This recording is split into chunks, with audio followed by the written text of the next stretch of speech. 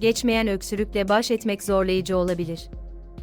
Ama en etkili yöntemlerden biri bol sıvı tüketimi ve dinlenmek. Ilık su, bitki çayları ve bal-limon karışımı boğazı gerçekten yatıştırıyor. Buhar banyosu yaparak ya da bir nemlendirici kullanarak hava yollarınızı açabilirsiniz. Eğer öksürüğünüz devam ederse, bir uzmana danışmak akıllıca, belki antibiyotik ya da öksürük şurubu önerilebilir. Ayrıca evde zencefil, bal ve limonla hazırlayacağınız doğal şuruplar da oldukça etkili. Unutmayın, kronik öksürüklerde mutlaka doktor kontrolü şart. Sağlığınızı ihmal etmeyin.